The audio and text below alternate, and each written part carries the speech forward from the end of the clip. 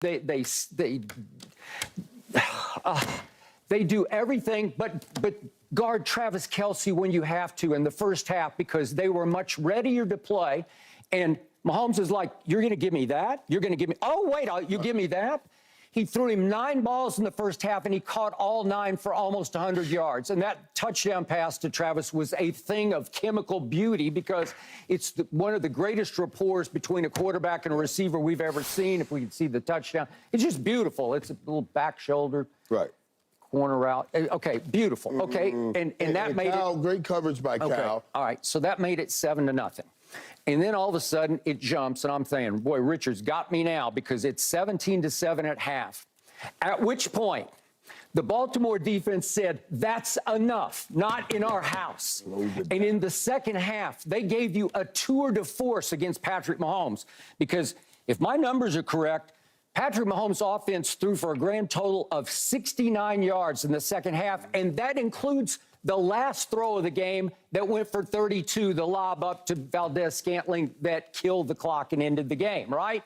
So if we take that throw away, he had 36 yards if we take that throw away in the second half. And they went 3 of 9, did Kansas City, on third down, and clearly in the second half, Kansas City had the ball 5 times, except for the last possession, 5 times, and they punted all 5 times because they were going nowhere slowly. That was the Baltimore defense I wanted to see in the first half, because in the second half, Travis Kelce caught 2 balls for 20 yards, 2 balls for 20 yards.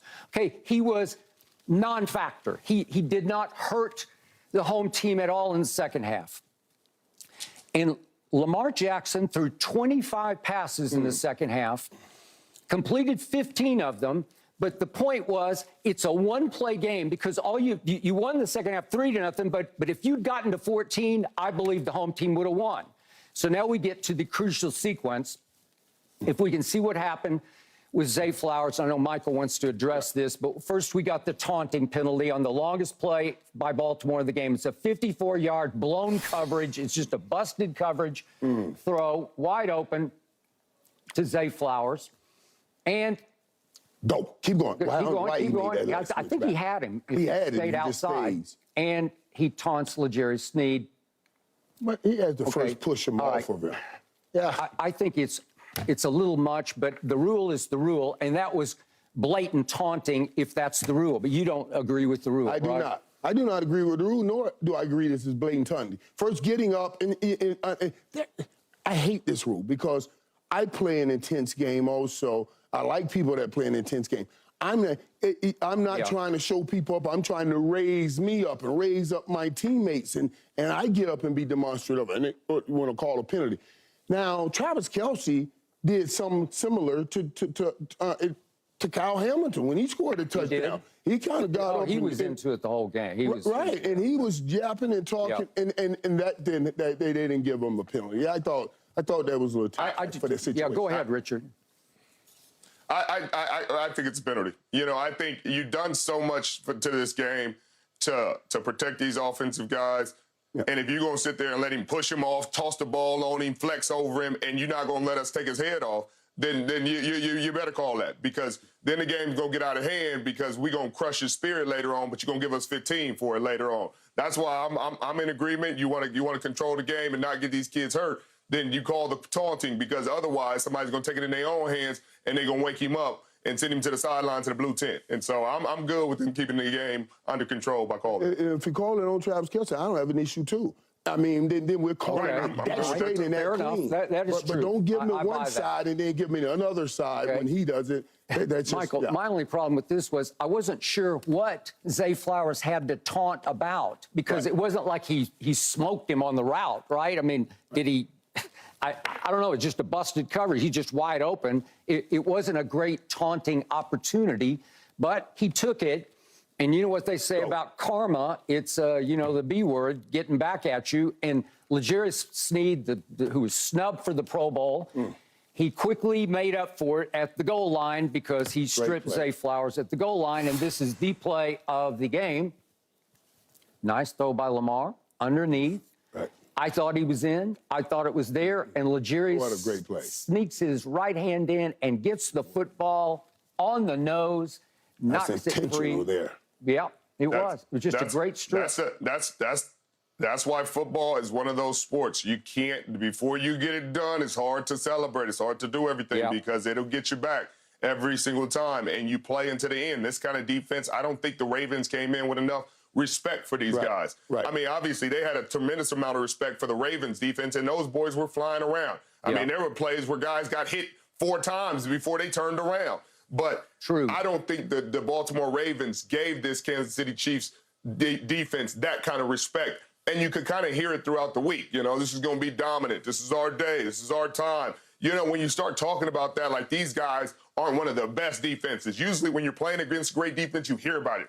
Man, they're such a great defense. You hear about L'Jarius Sneed, Chris Jones. They've been here before. This is some of their best ball, et cetera, et cetera. You didn't hear any of that throughout the week. And that's how I kind of gauge, oh, these guys really don't have a ton of respect for this Kansas City Chiefs defense. At least they're not outwardly saying it, and I've heard them outwardly say it when they do have respect for guys. All right, so, Richard, you can call me If Bayless if you want to, but I believe if Zay Flowers hangs onto that ball and crosses that goal line and it's 17-14 with a whole quarter to go, I'm saying I just think I think Lamar is going to figure that out. Yes, different game. It's a different game. It's a different game if you do that. But how do we get to that different game? Baltimore players have to understand each play is crucial. Zay, that was 2nd down, 2nd and 8. So if I don't get in the end zone, I still get a first down. You saw the marker right there. You get a first down. You don't put that ball in harm's way. You got to protect that ball. That's just the game. Playmaker, when is the only time you reach the ball over the line? It's 4th down, and I need this touchdown for the game. That's the only time I'm putting that ball and exposing it like that. It was 2nd down there. If I don't get the touchdown, we're going to have an inch to go to get that touchdown. You don't expose the ball. And those are the little decisions that I'm talking about at this point will cost you a game. I don't know. I love John Harbaugh. I love him. I think he's a hell of a coach. But to let Travis Kelce go 11 for 11, it's almost fireable. Yeah. Are you joking? It's Travis Kelce. But see, this is where I got problems. I don't care if I break my defense. I don't care if I break all the rules in my defense. You ain't going to beat me. I'm going to see if the Kadarius Tonys, who they've had inactive, and all those guys, this Van Der Scantling, can you win a whole game? Not just make one play, but can you win a whole game? Because I'm taking Travis Kelce out. That blew my mind. But this is what I'll say. Every week we sitting on here talking about Todd Monken and Mike McDonald and the great job that they're doing. So now we can't just throw it on John Harbaugh and say, man, what is John Harbaugh doing? I put that on Lamar. I put it on Lamar, sitting in the pocket too long. I gave Lamar.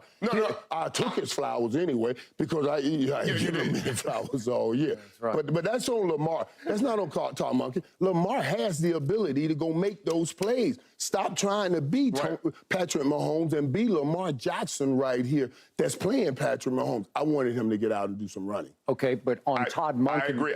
Yeah. Okay, here's the other thing. Remember, the Ravens led the National Football League in rushing at 154 yards a game. Why would Todd Monken completely abandon the running game, the called runs, because in the second half, they had a grand total of 3 running back carries for 8 total yards because they basically just said, Lamar, stand in the pocket, make one big throw, and win this game.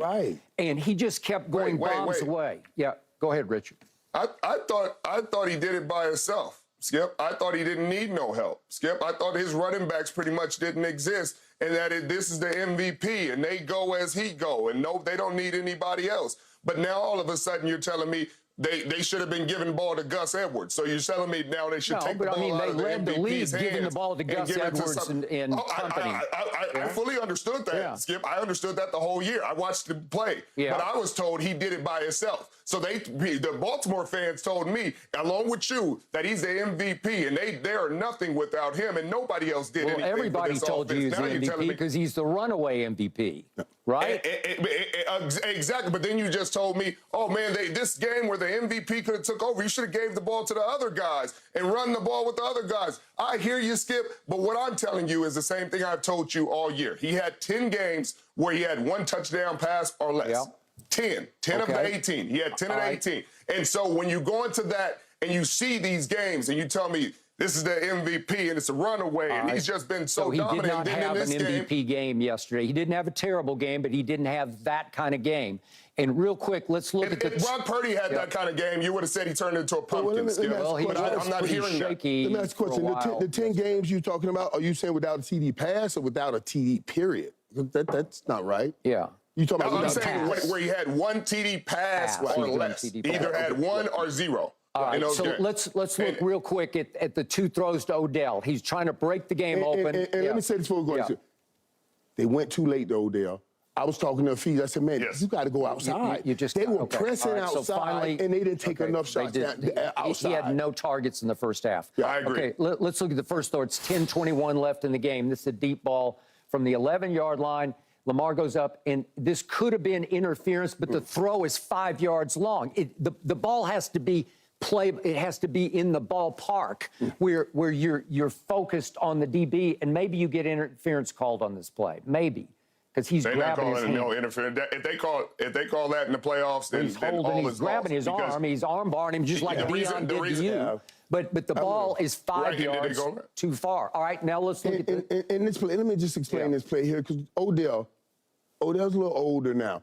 Now the old man should stack this dude. Yeah. That means get right back in front of him. Right when he gets around, get right back in front of him. Okay. The young Odell could run away from that dude. Yeah. The older Odell should stack him and make him run up his back. Okay, now look at the next one to Odell in the end zone. This is from a red zone throw into the end zone. Same idea. The ball's just a little far. If you drop this into the area where the interference, it's another one that could have been called. It could have been called, but the ball's just... it's so far over that it becomes irrelevant.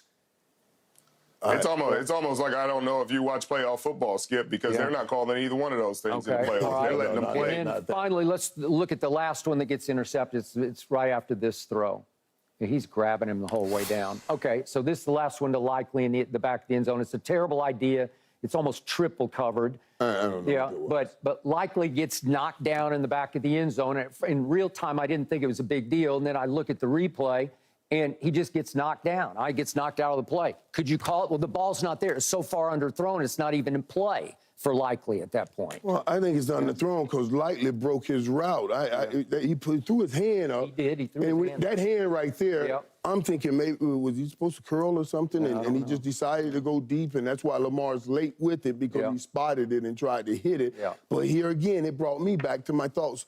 Stop trying to hit a home run. You're trying to hit a home run. Play every play in the playoffs. That's how this game gets. When it gets tighter down here, and you guys can't make those mistakes. To turn the ball over in those situations, you're going to lose the game.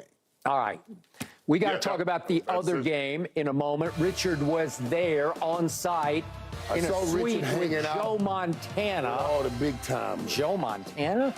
Okay, I'll tell you up next why I didn't think the 49ers were all that impressive last night. Jeremy would be